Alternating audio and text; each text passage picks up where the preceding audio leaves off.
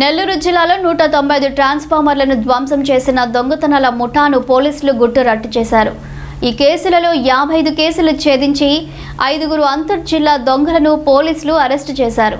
నిందితులపై PD act నమోదు చేశారు. దొంగల నుంచి 4 లక్షల విలువైన 400 కేజీల రాగి వైర్, 2 ఆటోలు, 2 బైక్లు, మొబైల్ ఫోన్లు స్వాధీనం చేసుకున్నారు. రాగి వైర్ కోసం 2.5 లక్షల విలువైన ట్రాన్స్ఫార్మర్లను పగులగొడుతూ రైతులకు పంట నష్టం, కొత్త ట్రాన్స్ఫార్మర్లు అమర్చడంలో ఆలస్యంతో ఇబ్బందులు ఏర్పడుతున్నాయి.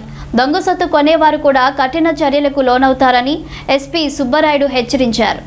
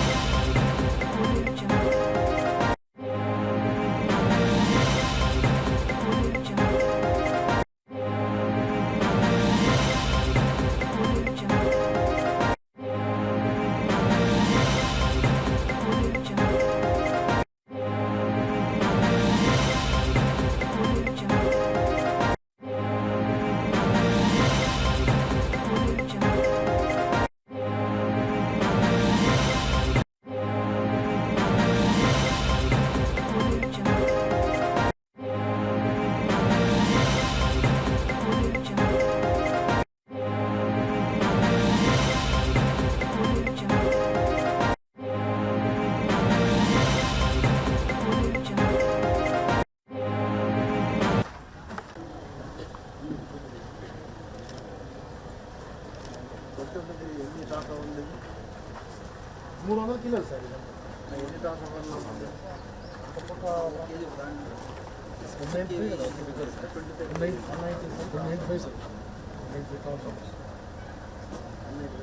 టోటల్గా 195 అంటే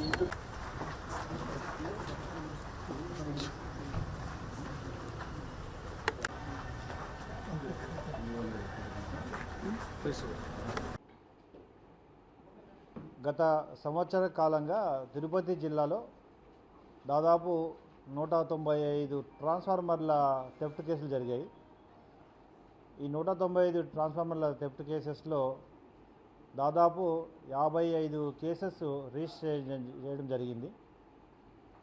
ఇందులో 45 కేసెస్ని తిరుపతి జిల్లాలో మరియు 10 కేసెస్ గూడూరు, ప్రజెంట్ నెల్లూరు జిల్లా ప్రాంతంలో ఉన్న గూడూరులో రిజిస్టర్ చేయడం జరిగింది. ఈ 1 ఇయర్లో ఇప్పుడు ఈరోజు ఈ కేసులో అరెస్ట్ చేసిన ముద్దాయిలందరూ కూడా ఇంతకుముందు ఎక్కడ అరెస్ట్ అవ్వలేదు. 1 ఇయర్లో మాత్రమే చేశారు ఇవన్నీ కూడా. ఫస్ట్ ఇది వెంకటగిరి సర్కిల్ బాలాయపల్లి ఏరియాలో ఫస్ట్ వీళ్ళని గుర్తించి Naidupeta DSP crime additional SP వారి ఆధ్వర్యంలో ఈ మొత్తం ఈ గ్యాంగ్ రిజెక్ట్ చేయడం, టోటల్గా రికవరీ చేయడం జరిగింది.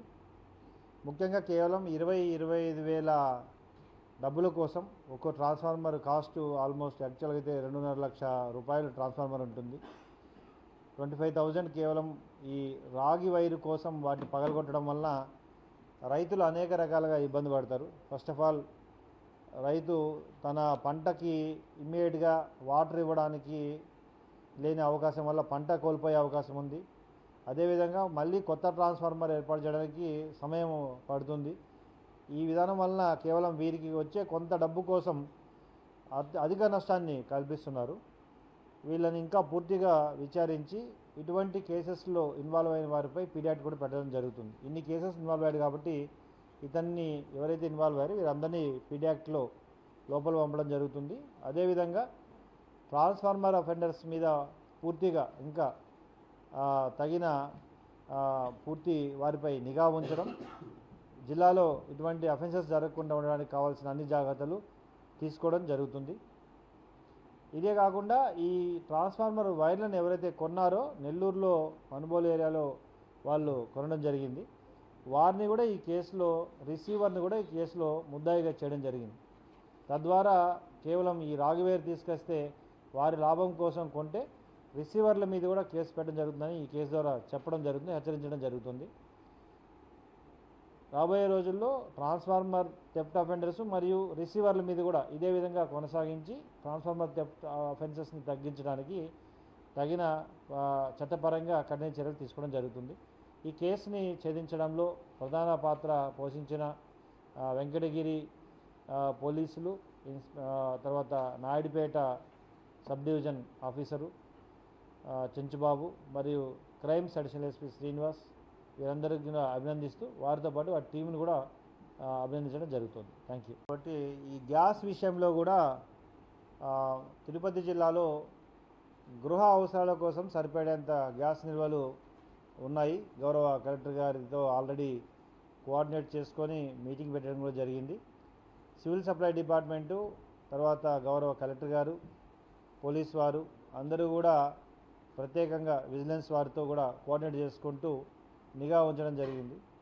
కృత్రిమ కొరతను సృష్టించి ఒక ప్రాంతంలో దొరకలేదని మీడియా వారిని కూడా నేను కోరుకునేది ఒకటే, ఈ గ్యాస్ విషయంలో అనవసరమైన పూర్తిగా కన్సర్న్ డిపార్ట్మెంట్తో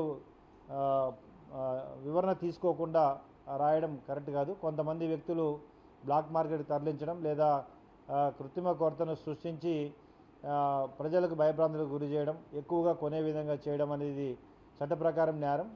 వారిపై కూడా కఠిన చర్యలు తీసుకోవడం జరుగుతుంది. ఖచ్చితంగా ఇప్పటి వరకు సివిల్ సప్లై మరియు విజిలెన్స్ మరియు పోలీస్ వారు అందరూ కలిసి కోఆర్డినేట్ చేసుకుంటూ తగిన చర్యలు తీసుకోవడం జరుగుతుంది. ఒకసారి మామూలుగా కొంతమంది 3 నెలలకో 4 నెలలకో సిలిండర్ కొంటుంటారు. మనం చేసే పని వలన కృత్రిమ కొరతలు సృష్టించడం వల్ల ఇంకో సిలిండర్ మళ్ళీ మనకు దొరుకుతుందో లేదో అని కొనే అవకాశం ఉంటుంది. దానివల్ల కూడా ఎక్కువగా డిమాండ్ ఏర్పడుతుంది. కాబట్టి మీడియా వారు కూడా దాన్ని సమన్వయం పాటించి ఖచ్చితంగా మీకు ఏదైనా సమాచారం ఉంటే సంబంధిత శాఖతో పూర్తి వివరణ తీసుకొని చెప్పాలని కోరుతున్నాను. ఎక్కడైనా బ్లాక్ మార్కెట్ని ఉంటే మాత్రం ఖచ్చితంగా వారిపై కఠిన చర్యలు తీసుకోవడం జరుగుతుంది. ఏమైనా ఇన్పుట్ ఉన్నా కానీ ప్రజలు కానీ లేదా మీడియా కానీ లేదా ఎవరైనా ఆ సంబంధిత సమాచారాన్ని ఇస్తే వారిని గోప్యంగా ఉంచి తగిన కఠిన చర్యలు తీసుకోవడం జరుగుతుంది. Thank you.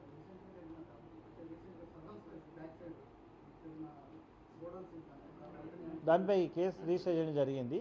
Civil supply department వారిని కూడా పూర్తి వివరాలు ఇమ్మనడం, ఆ గోడౌన్ యొక్క పర్మిషను, టైమ్ ఆఫ్ పర్మిషను, వాటి కెపాసిటీ ఎంత, అసలు ఎందుకు అన్ని సిలిండర్లు ఉన్నాయి, ఇవన్నీ కూడా పూర్తిగా వివరణ కోరడం జరిగింది. త్వరలోనే వారిపై చర్య కూడా తీసుకోవడం జరుగుతుంది.